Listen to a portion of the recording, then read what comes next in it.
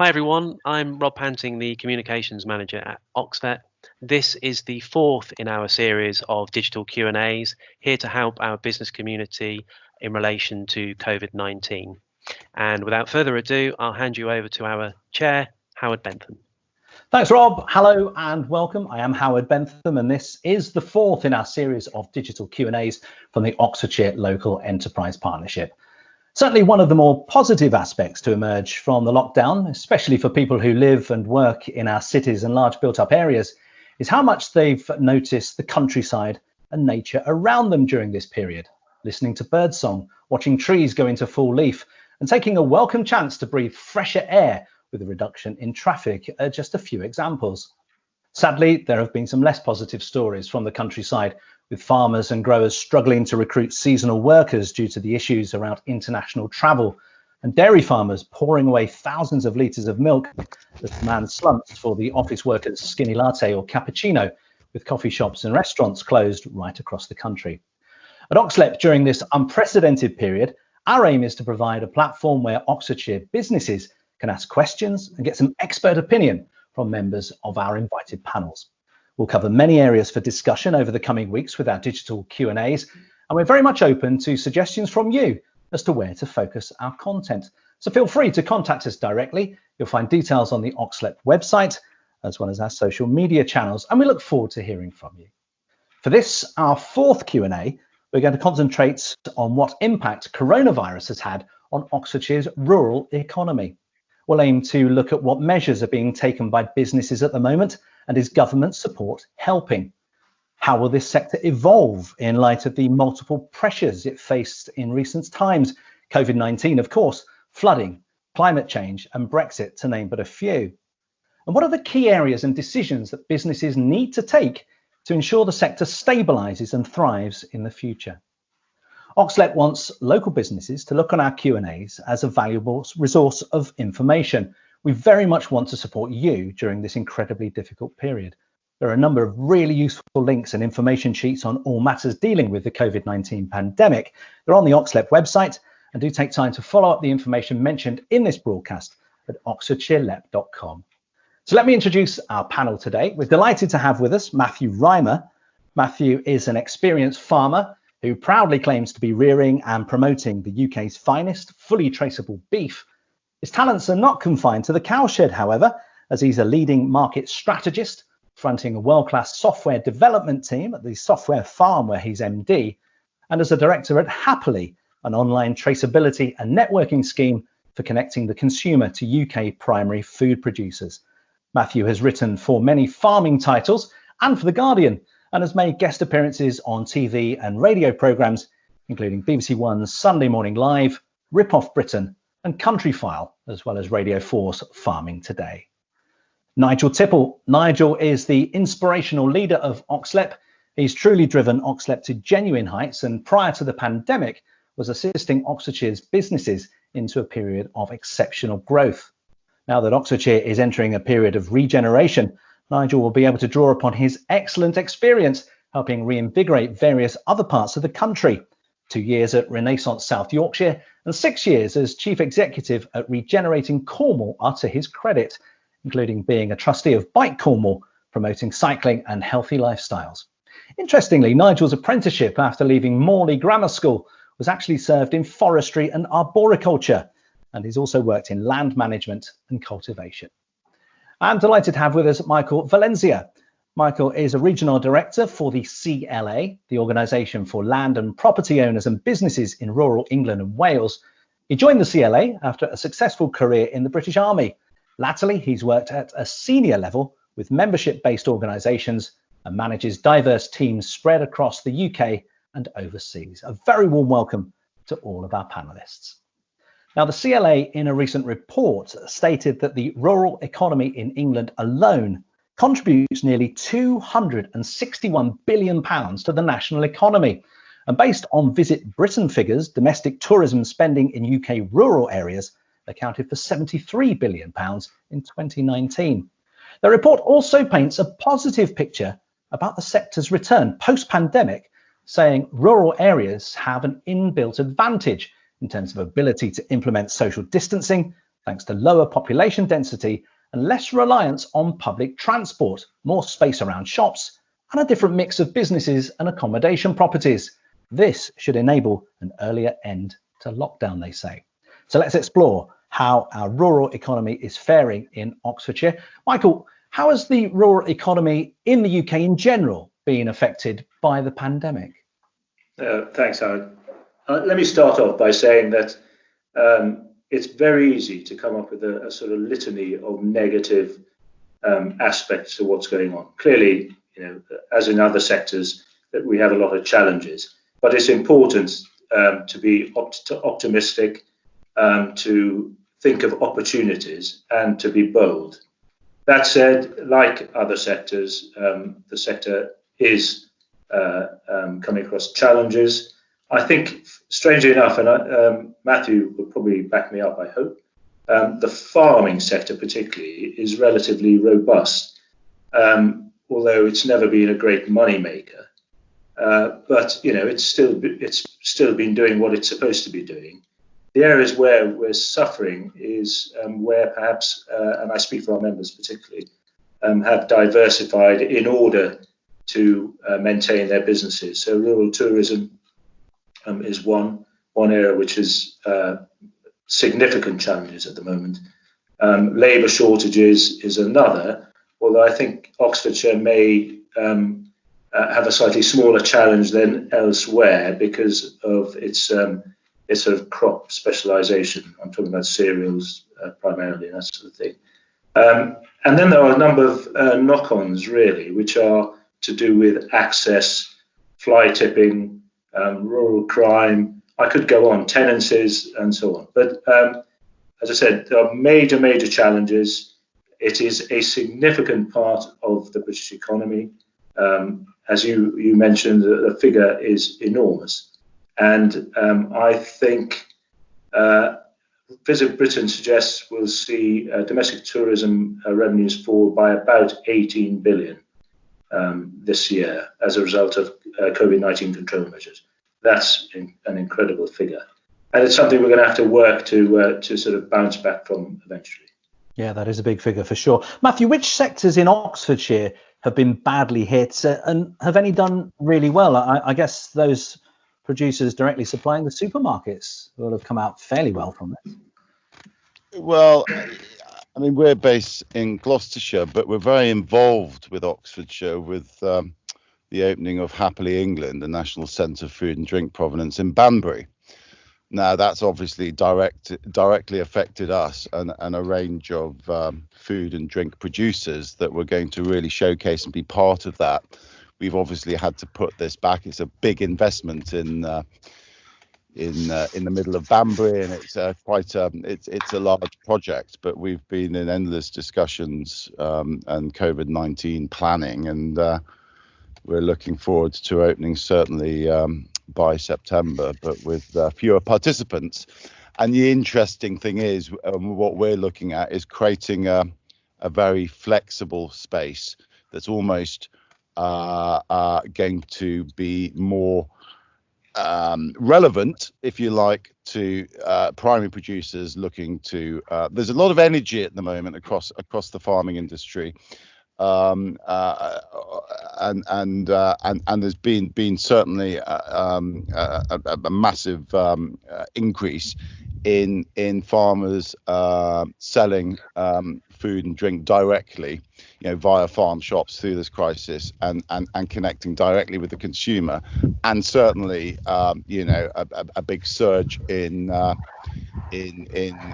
food hubs and online stores that are connecting directly to the consumer that's wanting to have produce delivered and know where it's from. So that's a real positive trend, and it's one that we're increasingly kind of working happily towards to pull this together and host county hubs. And we're looking at setting one up in Oxfordshire, and we're starting shortly in Gloucestershire, where effectively you pull together the resources of farmers and growers to be able to connect to the consumer but sharing delivery costs and sharing the promotional costs and so on. And that's really what Happerley is about. It's about proving the provenance, but creating a network, because and I know you'd agree. Farmers are very, very and they've had to be very inventive, and they're coming up with all sorts of different ways of creating a premium for their product. I'd like to think, coming out of this, that the consumer is going to stay with them, that they are going to be more concerned where their food and drink is from. Let's not forget where this virus emanated from, and we're also very, very aware, and Peter Ginman, certainly, who's on our board, is very acutely aware of this due to his background, but that there's going to be a considerable surge in food fraud and disingenuous labelling, as we come out of this.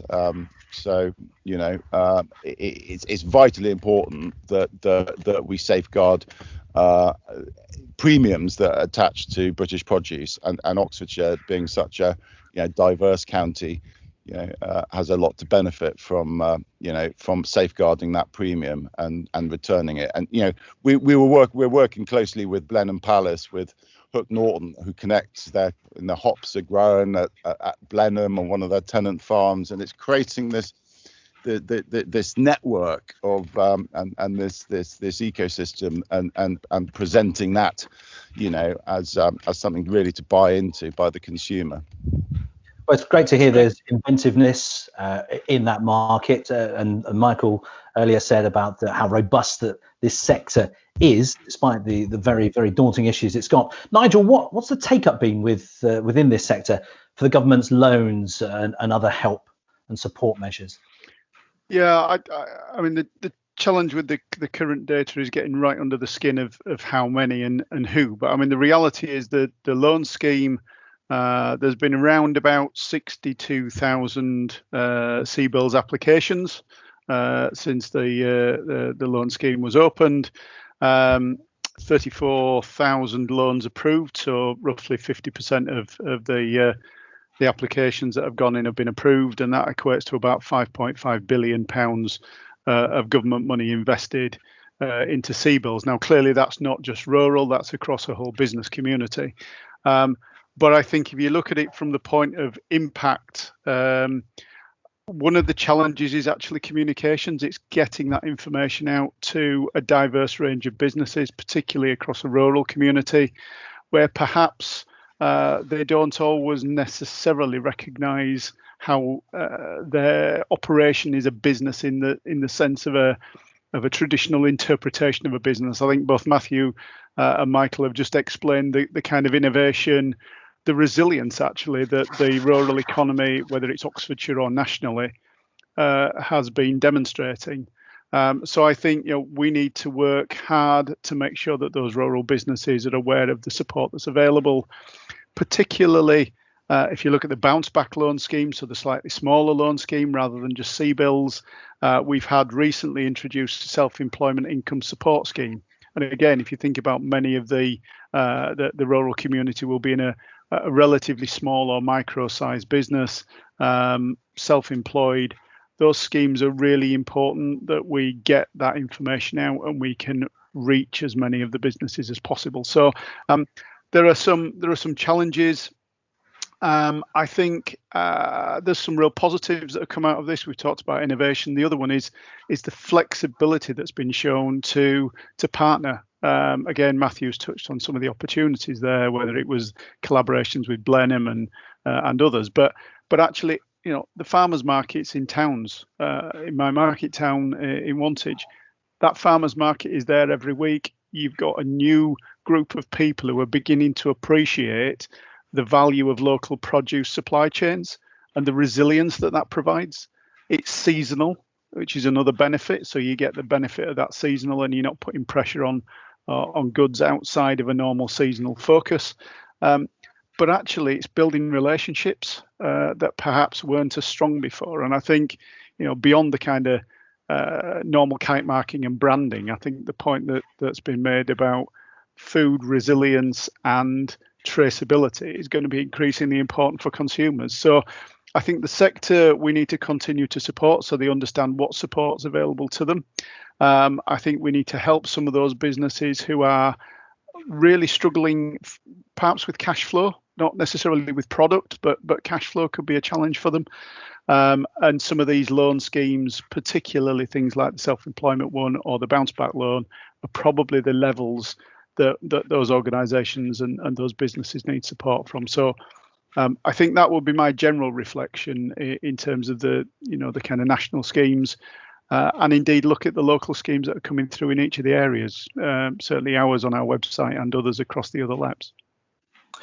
Matthew, just picking up on something you said, and Nigel touched on it there, in the wake of the pandemic, how will this affect our food security and that traceability, which I know is a real well, I think, and this is a great opportunity that supply chains, and I think Michael would agree, but supply chains can potentially shorten, and will shorten. I know of somebody, former publican, that's taken a job at a place near Evesham, in the Vale of Evesham, and they're packing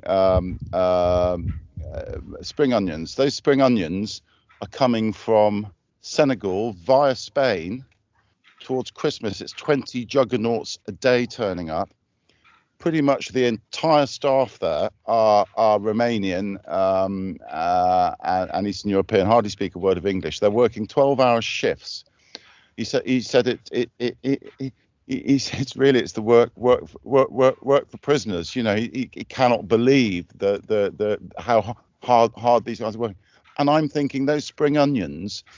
I used to grow spring onions at the age of 10. They're the easiest thing to grow, and it was under a little bit of cover. And you're thinking, look, there are real opportunities. And we say with Happerley, there's a jam maker that says, well, we don't want to go Happerley because the strawberry puree is from China, and these are being sold as a premium product. And in fact, none of the fruit is British because it doesn't come as a jam mix or whatever it is. And we're saying, well, be honest and open about that, because that will open up opportunities rather than conceal that fact and almost sort of encourage the public to think, oh, that's going to be a British product because it's got a beautiful British packaging, when it's not. The ingredients, and it'll create opportunities. And I think out of this, I've got quite a positive hearing the other day when the KFC in Cheltenham opened up, and someone coming here to work, it took them an extra 20 minutes to be picked up because of the queues. Someone said to me at the beginning of this, just be aware that old habits die hard, and we're, not everyone is going to become greener and be willing to pay a bigger proportion, towards their grocery bill. Far from it. There's going to be corners cut through it, and convenience food though. But people are seeing how much they're saving by buying genuine food and cooking it at home and being more sparing with it and placing more value on it. And there are real opportunities. And I personally think, and I know I'm rattling on a bit, but if you look back and you look at there is at some point, there will be a look back going, did we really have all these garages stocked with ready-made sandwiches made in Leicestershire, sent down to Cornwall? Just because you have a very slight hunger pang and you buy that and you buy this, you spend £11 on convenience food, but you contract that area of the market, loses a lot of jobs in processing and so on. But really, we have become so consumer pressed and driven. There is an opportunity here to realign ourselves a little bit, and you're seeing some seed sown, and farm shops, and you wonder whether farm shops are making a lot of, the local one here, very small farm shop, massive surge. Some days it's been taking £7,000. And it's pretty much a one-man band, but a lot of that is people not wanting to be bothered to queue up at a supermarket. But it's lovely to see the produce being explained, the people queuing up, and you've got a counter system in place again, and it becomes a bit of a social, a bit of a community, and you can wax lyrical about this, but it could be the beginning of a bit of a trend. a trend that's been running for years, but maybe is becoming a bit more consolidated. Michael, I know you want to pick up on something that Matthew said there, but I'll also get you to answer this. In how easy has it been to take farming and the rural economy online, especially during this very difficult period? Yeah, I'll answer that in a second. Let me just try and deal with what's been said by actually both previous speakers. Firstly, I think we need to remember that there are a lot of people, and I think there'll be even more people, who will not be able to afford to pay a lot of money for their food. So whilst it's great to talk about buying local, trying to think about food miles, think about the environment and so on, all very important stuff. But we do have to think about there will be a large sector of the community that will have to think about their pennies. That said, therefore, I think our sector has a responsibility to try and ensure that good food is produced as competitively as possible. And as Matthew said, people understand that actually there are economies to be made in different ways, i.e. by eating at home rather than eating outside. And I think the government has a responsibility as well. So we've got the agriculture bill going through Parliament now. At the moment, I understand that it doesn't really deal with the sort of potential trade deals covering high standards of animal welfare and environmental protection, as is expected of our own producers. So what we want to do is have a fair and level playing field. And hopefully, if the agriculture bill doesn't address that, then perhaps the trade bill that's being debated today will. And lastly, on that, just on the CBILS, again, these initiatives from the government are really welcome. And frankly, I think they probably, we'll feel the effects longer term, but they've saved a lot of people now, which is great.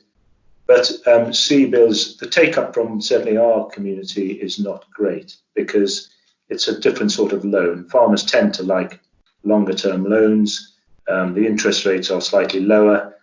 They tend to borrow money against their property and so on. So to me, it says, well, we need to think about what the longer-term effects are going to be.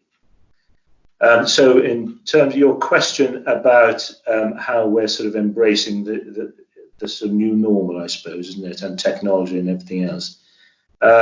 One, I'll make the point that in order to do that, we need proper connectivity. And I think a lot of us here listening will know that connectivity in the rural economy is not great. The impact of poor broadband and poor mobile phone coverage means that it's difficult to attract rural businesses, for example, and it's particularly at this time difficult to carry out your own business as effectively as you might like. That said, say my own organisation, rather like OxLEP, where we suddenly started hosting a whole host of webinars, a series called In Conversation with some pretty key figures in the sector, and they've been embraced wholeheartedly by people. We've had more attendees at these sorts of events, I'm sure, like OxLEP, than we've ever had when we've held physical events. So there's a real desire, I think, to embrace technology. Matthew might like to say a little bit about how perhaps the farming community is using technology on farms and so on. I know that's going on as well. And I do think that there's a lot of innovation out there where, and we say necessity is the mother of invention. And I think this particular period is starting to prove that. I'll add, people use this, I'm not quite sure I like it, the analogy of sort of being at war and so on. But if you imagine, there's quite a lot of inventions that came out of the Second World War. And I think there's going to be quite a lot of innovation that's going to come out of this period too.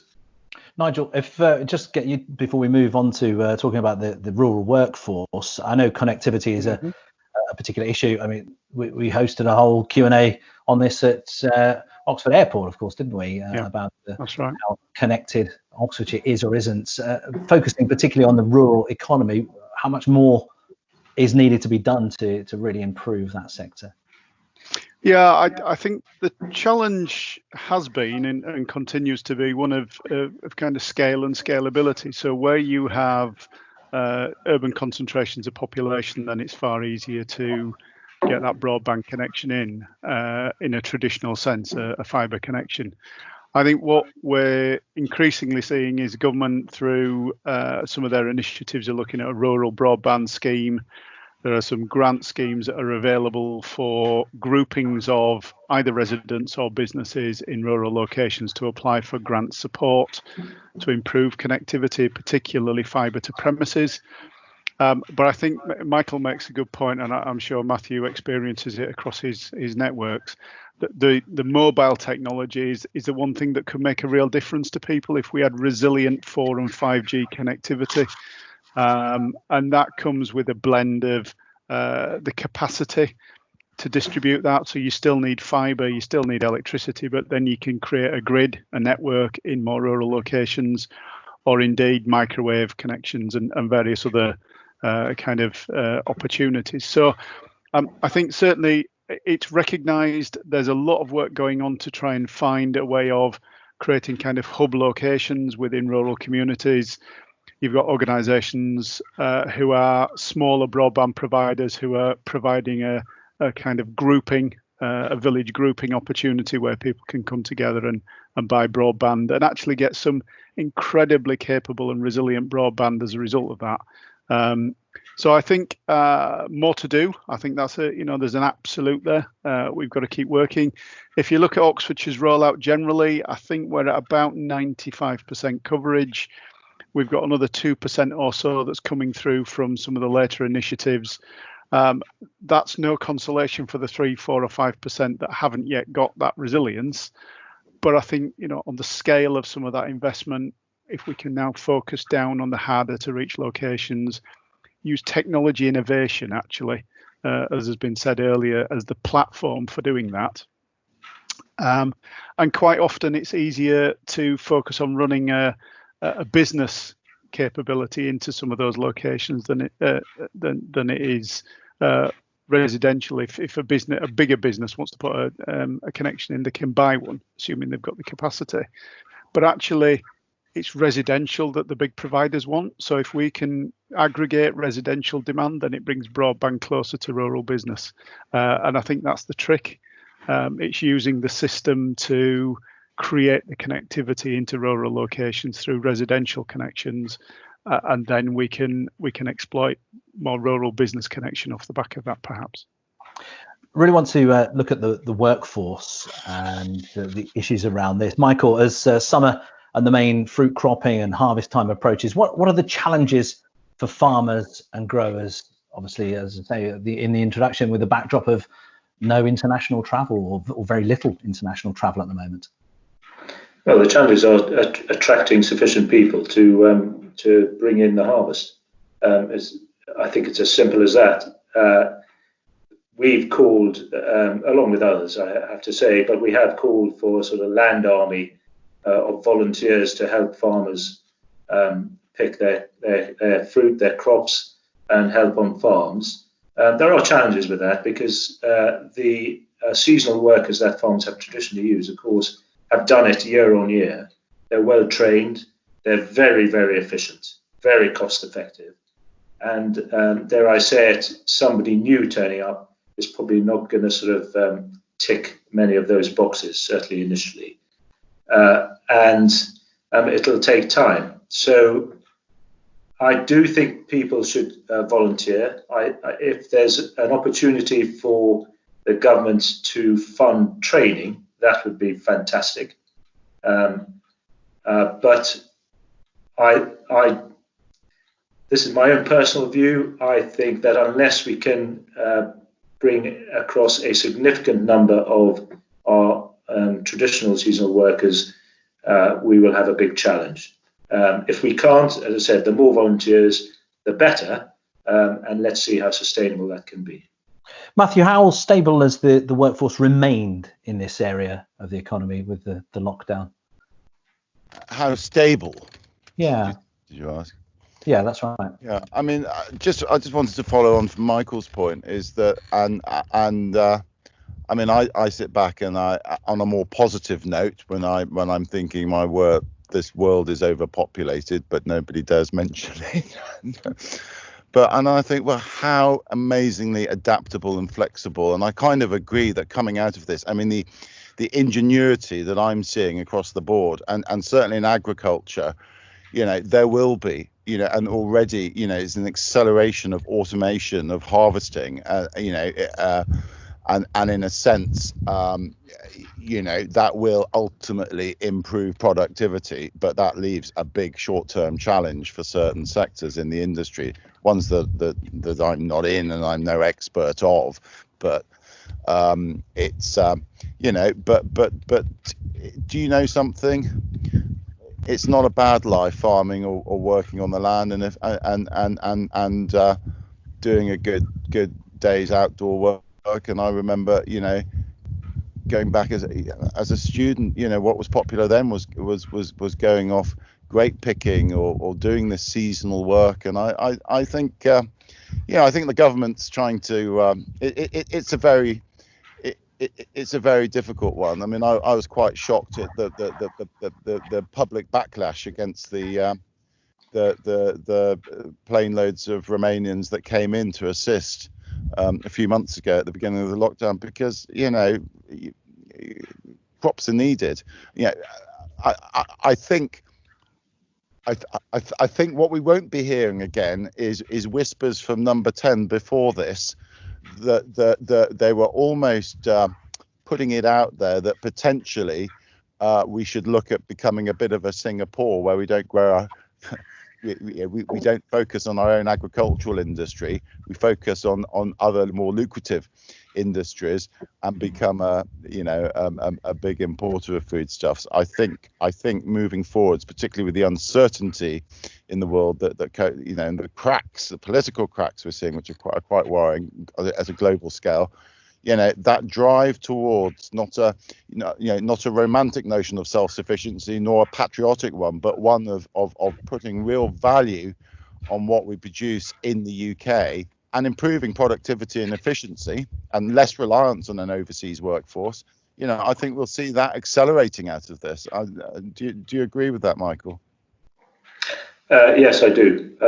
I think you're absolutely right, and it falls under the umbrella of this sort of being as innovative as you can through force of circumstance. Mm-hmm. Nigel, I know you want to make a point on what's been said.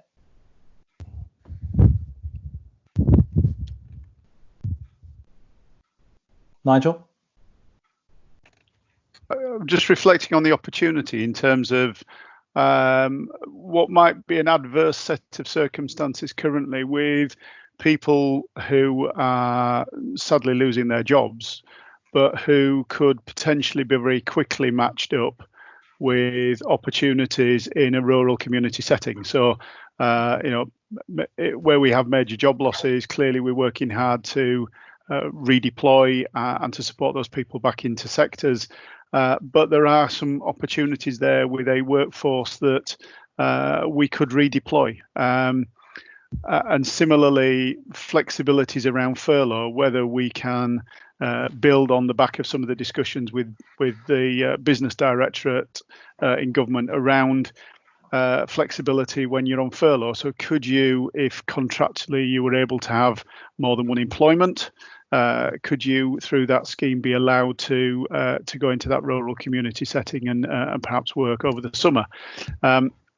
There's some complications there in terms of furlough regulation, but there could be some innovation there. There could be some opportunity where we look to, as we do in Oxfordshire, using our job match facilities, look at who's likely to be coming into the labour market, who's unfortunately being made redundant. Does that create an opportunity? We've seen a surge in delivery drivers, in the post office, in supermarket work. across various sectors of that kind of retail.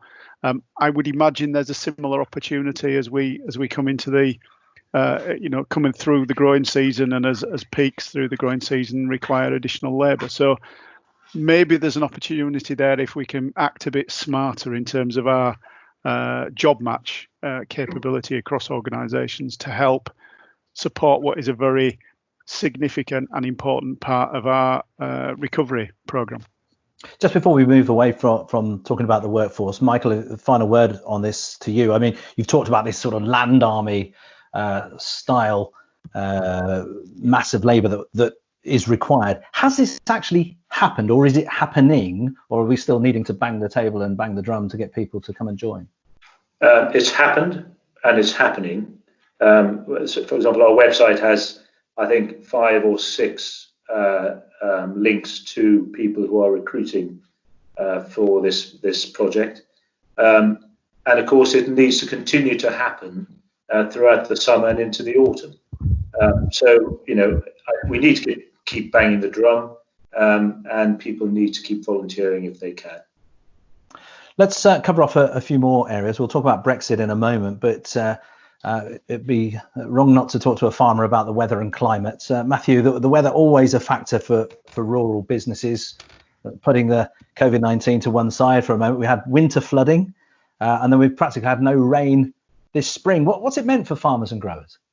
Well, I mean, just the personal experience here. We've got some hundred more acres of permanent pastures, floodland, 7 floodland, and because of the floods, it regularly floods and creates very rich pasture, and it's amazing how quickly it normally drains. But the winter floods, which seems so long ago now, were so devastating. I have never seen in my lifetime the land, the grass so slow to recover, and of course now it's rock hard, absolutely rock hard. And I look each day, there is no rain forecast on the horizon. And it's scary, and we're almost, we're seeing record temperatures, and this is where you see a glass half full or half empty. But is this what we're going to be looking forward to in the years ahead? And again, it will be innovation and technology to deal with it. But as a grassland, livestock farmer, grass is poor. I mean, the floods were devastated. Yeah, I mean, farmers just could not get on the land for months, could they? I mean, it started raining in the back end of October. Just didn't stop, did it? Didn't stop. And as you say, it's now like stone. Michael, how has the rural economy been adapting to climate change, particularly in Oxfordshire? That's a difficult question. Well, firstly, again, just to add to the previous question, I really do think the farm industry is so robust. If you think it's had to cope with sort of the issues around Brexit, it's had to cope with this extremes of weather, well, extremes for our climate, and now COVID-19, and yet it's still ticking along. I think to answer your second question, it's coping. I think the industry is starting to wake up to the fact that, firstly, tastes are changing, and tastes in terms of food. For example, veganism, vegetarianism, and so on. It's starting to wake up to, and it has been for a while, frankly, to its responsibilities in terms of the environment. I think there are a lot of questions about some of the data that comes out to criticise farmers in terms of beef production, grazing, methane, that sort of thing.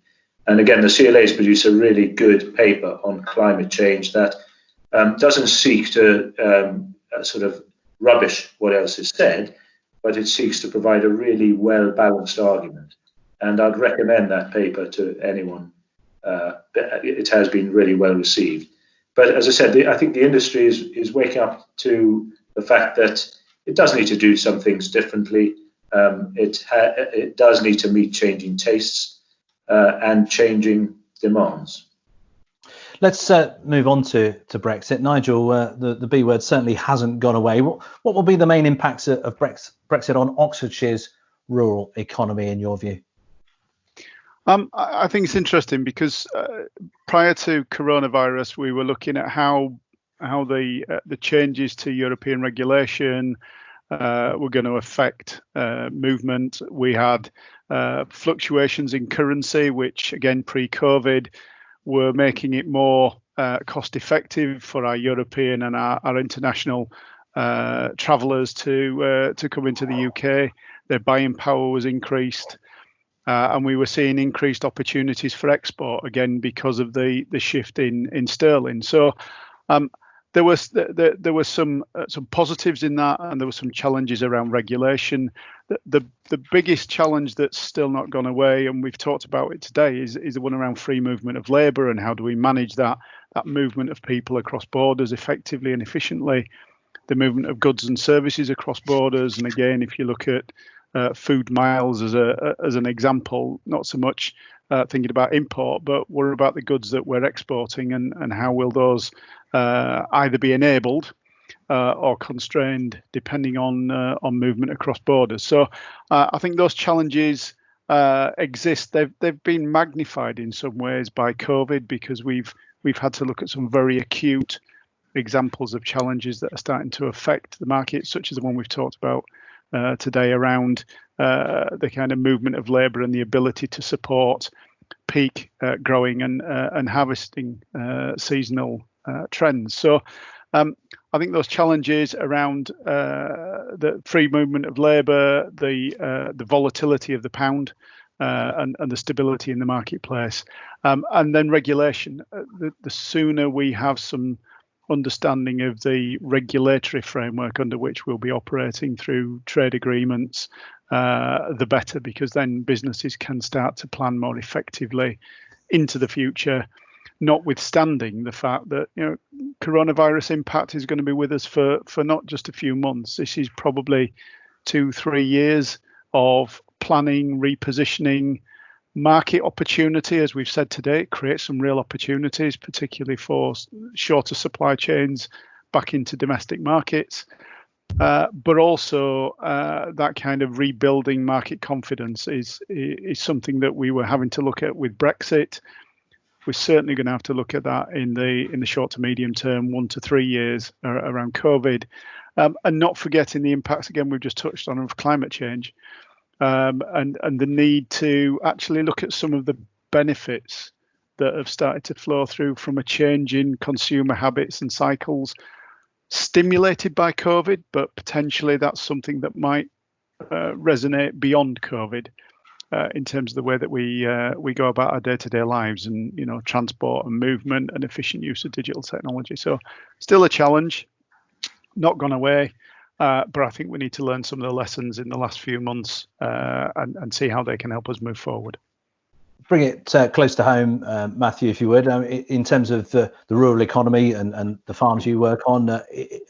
What's the preparation been like for the implications of Brexit? I think telling the story of the food and drink is going to be essential to export markets. There's really big opportunities. So just to give you an example, dealing with a dairy processor that creates mozzarella in big volume, exports it, owns a large dairy in Carmarthenshire. It's connecting that through the Happerley QR code so that the Far East market, they can actually see the actual farms by scanning that, where that actual milk that made that actual cheese came from. It's all been qualified through, and selling that story. That we have a great story to tell in this, and the export market for food and drink can grow if we maintain a standard and take a lead on transparency, because people buy into the landscape, the countryside, the environment, the history of rural Britain, and Oxfordshire exemplifies that.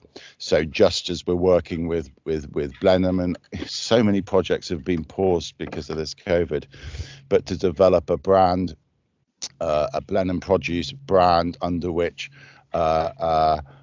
food that and drink that is grown across that estate, or supplies them, that's happily transparent, can carry that, and that opens up a mark, a distinction that like a kind of a warrant that actually that actually means something, because that whole food ingredient network is entirely transparent. It came from here, and this is all that Happerley is about. It's developing a means of validating and delivering to the consumer immediately through technology, and it opens up.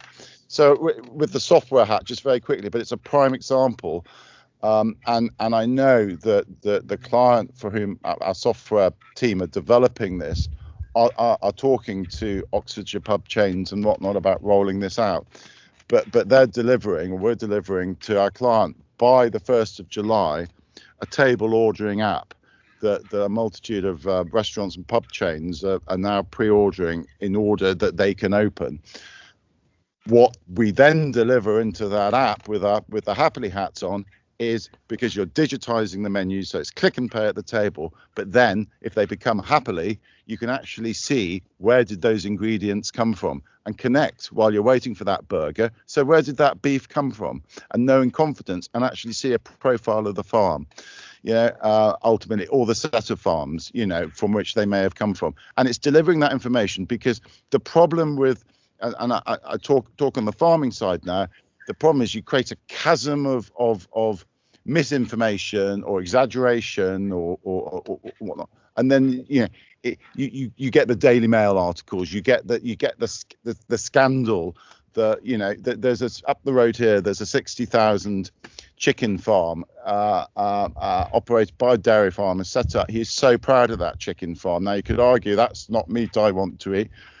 We don't make any judgment on that. We need more chicken farms in this country to feed white meat rather than import, and he is so proud. He's taking the local primary school, kids around it and showing them. And it's just that reality, of food production, of rural Britain, because, on a day like this, it looks like something out of a fairy tale. But, they're killing grounds.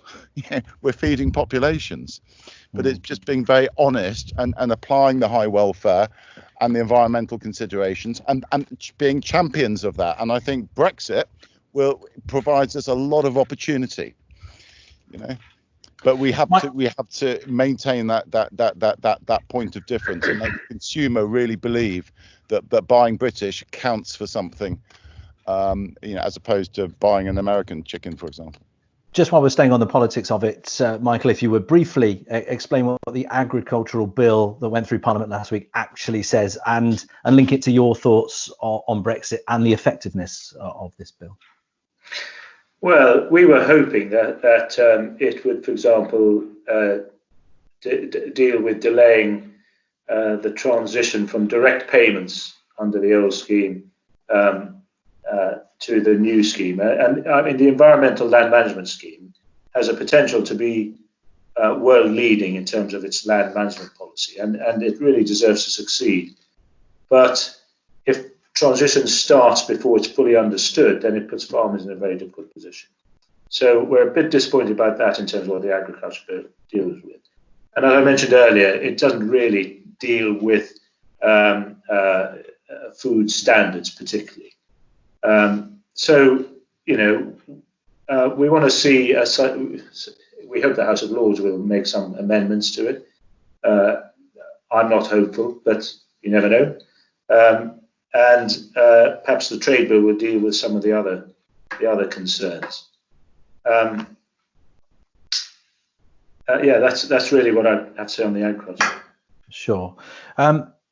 Just a thoughts maybe from each of you now, just to sum up. As I say, right at the introduction of this, we talked about people becoming more aware of the environment around them, listening to the birds' song, and the fact that we're breathing cleaner air now. Try and sum up and give us your view on what the rural economy is going to look like, say, in the next 12 months going forward, maybe taking some of these positives and these lessons that we're learning at this time. Matthew?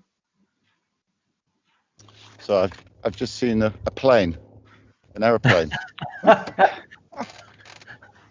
It was a bit noisy just now, but it's heading somewhere. Yeah, I go back to what Michael was saying. Look, it's amazing how technology is creating, is underpinning a lot of the networking, the sharing, the sociability side of it. I can't wait to see rural pubs and restaurants open. I make that point. It's such a difficult time. I mean, Oxfordshire, of course, is big on tourism and leisure, and I think the government have done as much as they can. I hope we're not into it. I'm rambling, and you wanted a quick comment. I had a Zoom this morning with Cherwell District Council and so on about our COVID-19 plans for Happerley, England, at Lock 29, and basically we came to an agreement that we've no idea, and I know that's not rural, but we're confident we can fill it because there's a lot of very passionate producers and consumers, but it could be stop-start, and that's my concern. And I think this stop-start of lockdown of a second wave, and I heard only today Gloucester Hospital are preparing for that now, and I who knows, but the rural economy by and large is resilient, and with LEPs doing their part, and we've got to be positive. It's very adaptable. The farmers' point of view, landowners, are generally very diversified, which might be to their cost now if they become a wedding venue and so on. But it's difficult. It's very difficult.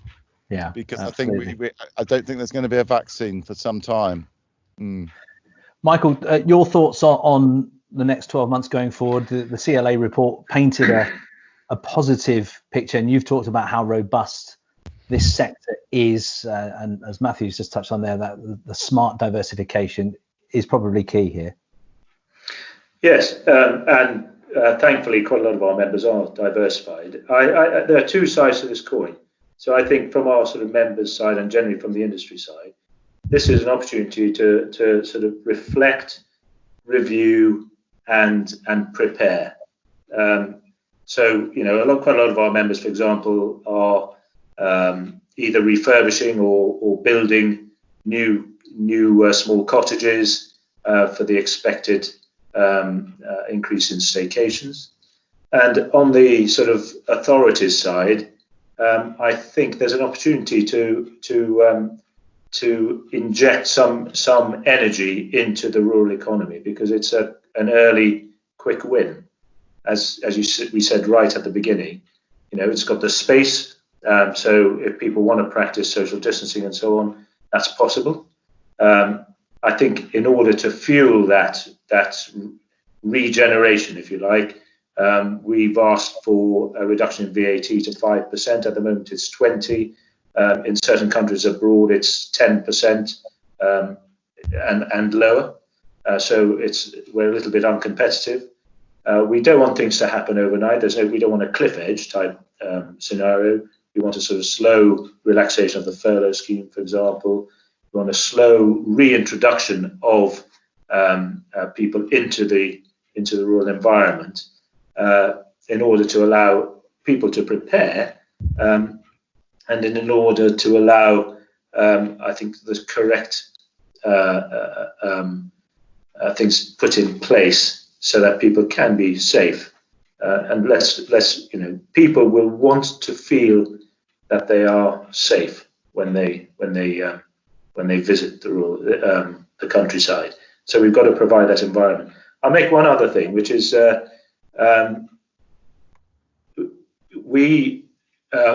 some people, I think, are calling for sort of sectorization reopening.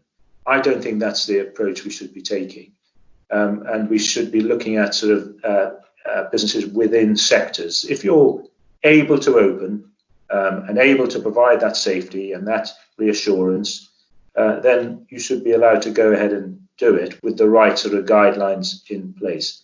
And on the other side, those businesses must be prepared to ease people's fears by explaining very clearly what they're providing, but also, as an example, saying, right, our terms and conditions have changed. If you book something, we're not going to take 50% as a deposit and not give it back. Right? If you have to cancel because the situation's got worse again, you'll get your money back. And so we build people's confidence. But my main thing is, I think Matthew mentioned it earlier, people have got to start backing this country and backing what we do in it. Because otherwise, I think we're going to not do that well. Nigel, let's get some closing thoughts for you. Confidence, as Michael's saying, is a key part of going forward over the next year. Yeah, I mean, I think I subscribe to the glass half full analogy. We've got a vibrant rural economy with potential to adapt, to innovate, to adopt technology. We need to find better ways of helping them in the way that has been described today, whether that's better access to broadband, whether that's the kind of Happerley initiative where we've got food traceability and you build confidence of consumers. But I also think that the resilience that they've shown has helped to build new markets and helped to build confidence in those markets and supply chains. And I would hope that whilst there will be a proportion of the community who like the convenience of being able to pop into a supermarket, and we all do that, I think the reality is that being able to pick up good quality local food from your farmer's market, from your market in town once or twice a week, it's not necessarily more expensive. My experience of that is it is cost effective, and I think we need to back those businesses and view them as businesses, genuinely view them as businesses. Let's make sure we help them to plan resiliently in terms of business plan. Let's take cash flow into consideration in a way that perhaps hasn't always been the case, and really support them to help us navigate over the next 12 months. We will still have queues in retail facilities. Let's make sure that we give them choice at farmers shops and local markets and others. So and from a food and drink perspective, the sooner we can get a model of safe working in those, whether that's app-based or whether that's through appropriate use of outside space rather than indoors, again, that will help to rebuild confidence, rebuild communities, and create a real economic shot in the arm, really, for many communities that currently feel a little bit distant. So I think it's a positive outlook. Well, that's it for this OxLEP digital Q&A. Thanks once again to our brilliant panel. Some really interesting insights. Matthew Rymer, Nigel Tipple and Michael Valenzia. As I mentioned at the outset, we really want to hear from you about topics to discuss in the coming weeks and put questions on your behalf to our invited panelists. So do get in touch via our social media channels. Don't forget the fabulous resource on the OxLEP website too, relating to all of the matters discussed today, including the CLA's reports I referred to earlier. So please get on to oxfordshirelep.com to find out more. You can follow us on social media for details of our next digital Q&A and to post any comments or questions for our panels to debate. But for now, from me, Howard Bentham, thanks for watching and stay safe.